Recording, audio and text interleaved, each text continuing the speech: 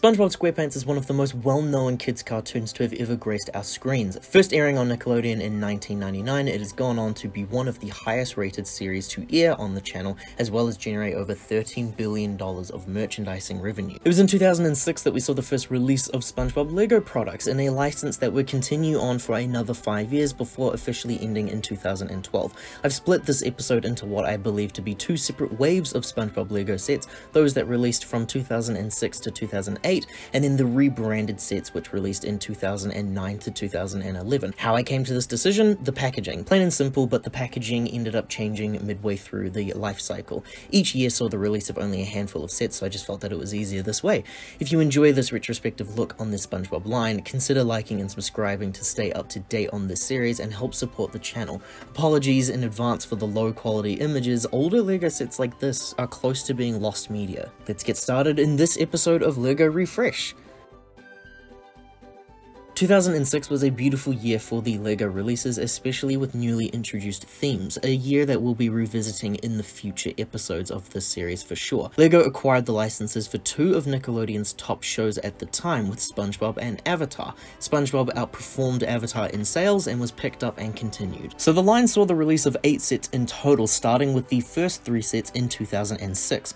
All sets were on shelves for 1 year and 6 months. Our very first set of the line is set 3825, the Krusty Krab. The set sold at $20 in the US, which is around $30 by today's standards. In New Zealand, this is currently valued at $556 brand new, or $157 used. This is the set that gave us the iconic look of one of the most famous fictional restaurants, and importantly includes SpongeBob, Krabs, Squidward, and a little Lego piece of plankton.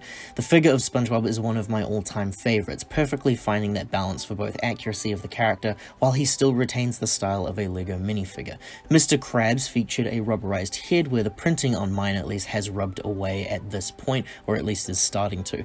I don't like him as much in comparison to SpongeBob, but I think he's quite a tough character to get right in this format. He does need some special arms and legs though. Let's talk about the scariest minifigure to come out of the entire thing right off the bat. That's the Squidward, a character that does not work as this regular minifig head, and also that smile, that absolute horrific smile. This would be someone that LEGO fixes further down the line though. The Krusty Krab is a nice facade, and unfortunately most of the line is simply 3-walled buildings. Buildings is a term used loosely here.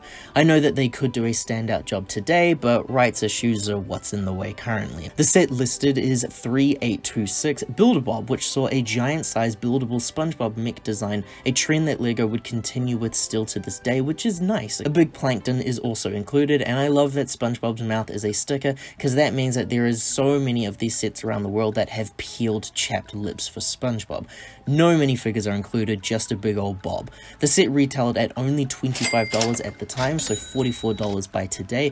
This is currently the most expensive SpongeBob set on the second-hand market, valued at, get this, 962 New Zealand dollars brand new, or $160 second-hand, which does match the value of the other sets.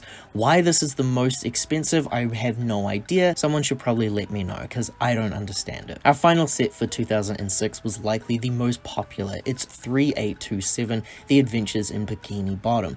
SpongeBob's pineapple is pretty quintessential to his character, but on top of that, we also have Squidward's Easter Island head, Patrick and his rock, some jellyfish, a boatmobile, and even Gary the snail. They just don't make him like they used to. This sold for only $40 US. Today that's around $60, and it's worth 400 NZ sealed, but 140 used. Patrick's inclusion was only in this set for the time, but he would go on to become the most common SpongeBob minifigure actually, due to a lack of special prints throughout the line, unlike SpongeBob. Some special variants for him would come much later. The homes are really nice as well. SpongeBob's include his famous basketball hoop that he is so well known for.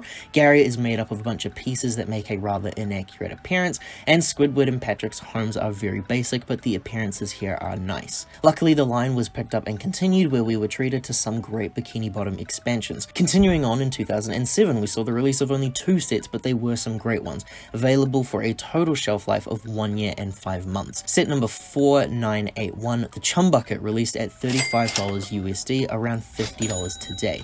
And this brand new set is under 200 NZ, or it's 120 used. This has to be one of my personal favorite builds of the line. I think that the fist is really well designed here, and the building itself is subtle in its detail, but it's very effective. Some nice details inside, including a new SpongeBob variant, Plankton's computer wife Karen, some other robots like a SpongeBob bot, a tank for Plankton, some lab builds, all pretty great stuff. Our final set of the year was set number 4982, Mrs. Puff's Boating School, featuring some of my favorite details with cartoonish designs.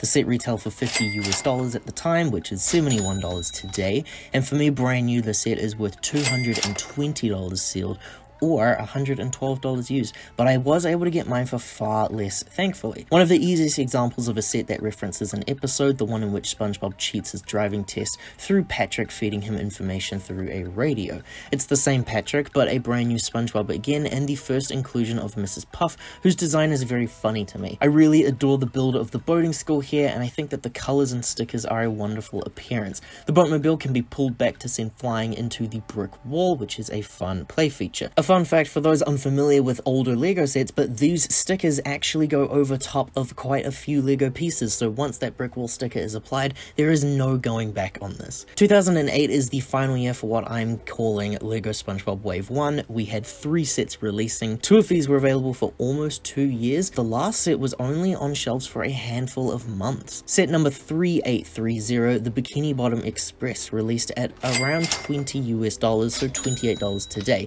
It's valued at $320 brand new, or actually only $75 used. The set is quite iconic, as the design of the bus looks as though it's ripped straight out of the show. SpongeBob and Patrick are nothing new, but we do get a really cool generic fish driver for the first time. The fish design is a wonderful civilian filler for the series, so that alone makes him my favorite figure here. Big wheels, a ticket booth, and a bus stop sign are all added for good measure. Set number 3831, the Rocket Ride, one of the most beloved by fans of this line.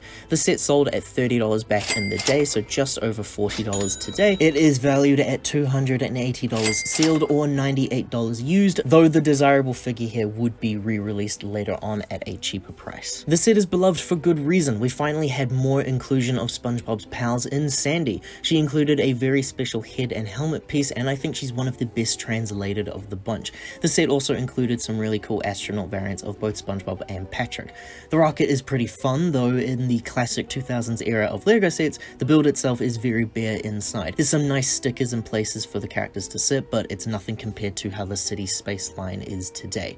A little rover and a loading bridge and you're all set. And finally, set number 3832 rounds us out, the emergency room, which also sold at $30 back then, $40 by today, and it is valued at $170 sealed, but only $140 used, so not much of a crazy difference there. The set was also only available for a 4-month window, the shortest launch to exit window of the entire theme. Following the likes of the Krusty Krab and Mrs. Puff's Boating School, you have a 2-wall build with some nice details inside the base plate.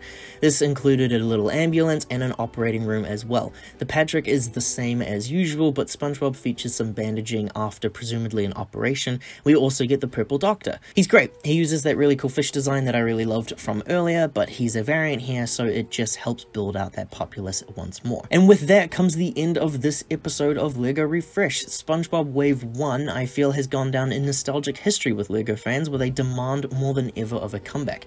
Recently, there was a really fantastic LEGO Ideas Krusty Krab submission that helped prove that the demand is still there for consumers. If you enjoyed this episode, then please consider subscribing to us and liking the video. It helps out the channel growth a lot. Be sure to return next week when we take a look at the second and final wave of SpongeBob LEGO sets. Until next time, we'll see you later.